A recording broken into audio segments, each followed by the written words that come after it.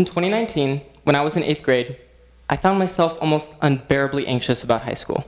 I worried about college, about my future schedules, and how I can incorporate the maximum amount of rigor into those schedules. So, as panic and worry set in, I decided to draft a possible 4-year plan that I could then use to choose classes and apply for certain programs.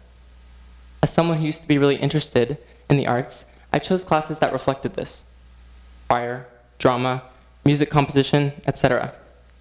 I didn't account for the possibility that my interests might change. In the middle of 9th grade, I found myself fascinated with STEM. And although this excited me, it stressed me more. What's going to happen to that plan? What's going to happen to that schedule that I made in middle school? Send me into a more extreme frenzy of dread, COVID decided to indefinitely end my high school career as I knew it.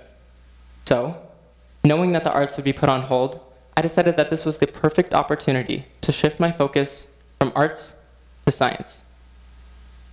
I had to cut classes that I really enjoyed to try and replace it with the pathway that I newly found most interesting: engineering. This is really where my questions started and where my struggles began. What if something like this happened again?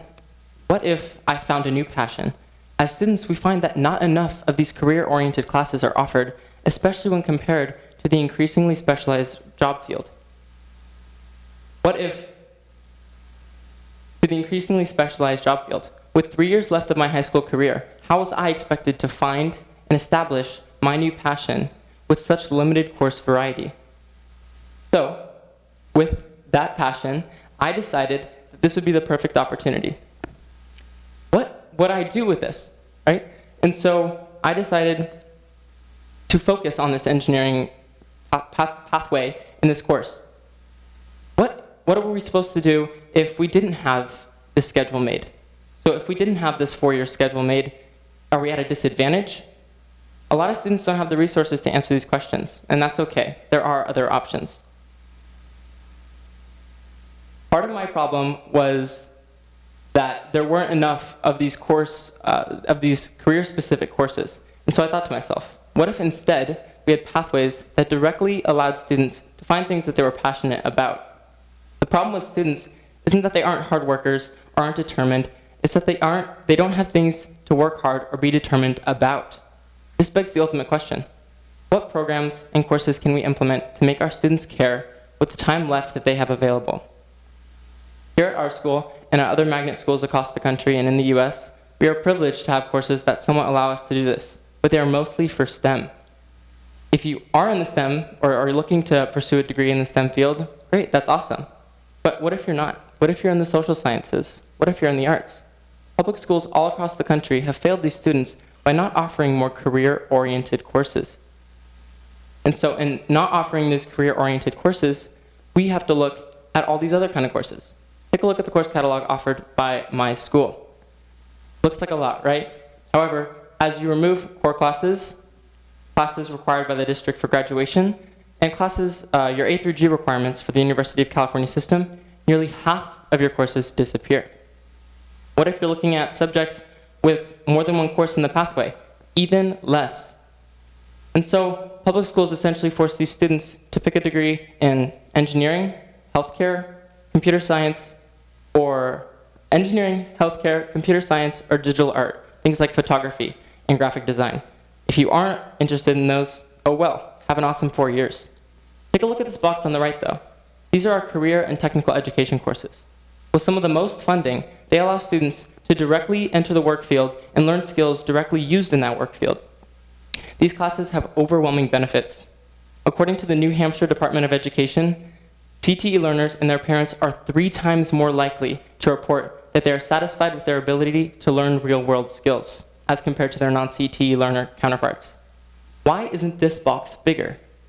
Why aren't there more of these courses? There should be more of these courses because these are the courses that teach students these specific career skills and actually create student careers. These courses actually create student careers.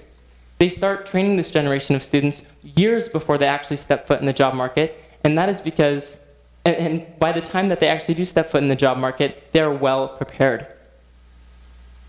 So these CTE classes, according to the New Hampshire Department of Education as well, also 6 out of the 10 6 out of the 10 hardest to fill positions are in technical fields or a CTE background is required. These are exactly the kind of classes that our students need and are exactly the kind of courses that our students need to succeed. Another system that I don't think is utilized enough is dual enrollment. This is a system in which students in high school can attend their local community colleges for more classes not offered by their school, or for classes offered, or for extra classes over the summer. This map shows every community college across the country. The system is cost-effective, as students don't typically have to pay for these classes, and credits can often transfer to other higher institutions. If you start the system early and use the system wisely, you can even graduate high school with a college degree. The problem is, a lot of these students aren't aware of these opportunities.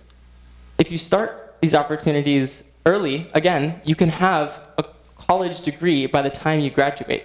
These courses and programs allow students to explore career options free of charge with low risk.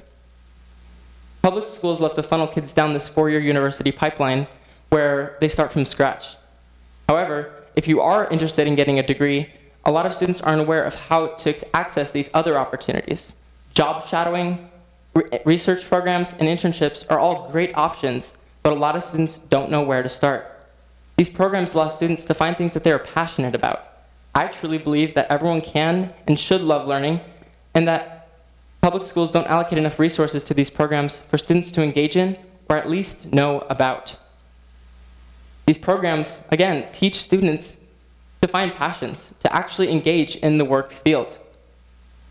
What you find is that when students have these research programs, typical students aren't aware of them. And so 82%, according to the National Center for Education Statistics, 82% of high schools offer dual enrollment across the country, and a fraction of those students actually participate. Community colleges are everywhere. The problem is lack of knowledge. As the education realm becomes more and more abundant, be aware of the resources available to you. If you're a parent, encourage your kids to get started. Encourage your kids to find something they're passionate about. And students, talk to administration, talk to teachers, talk to your counselors, and engage in your local career centers. Because your interests are not alone. The things you might find interesting, so will others.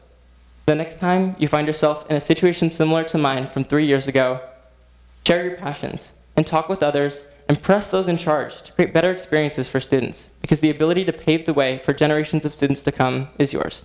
Thank you.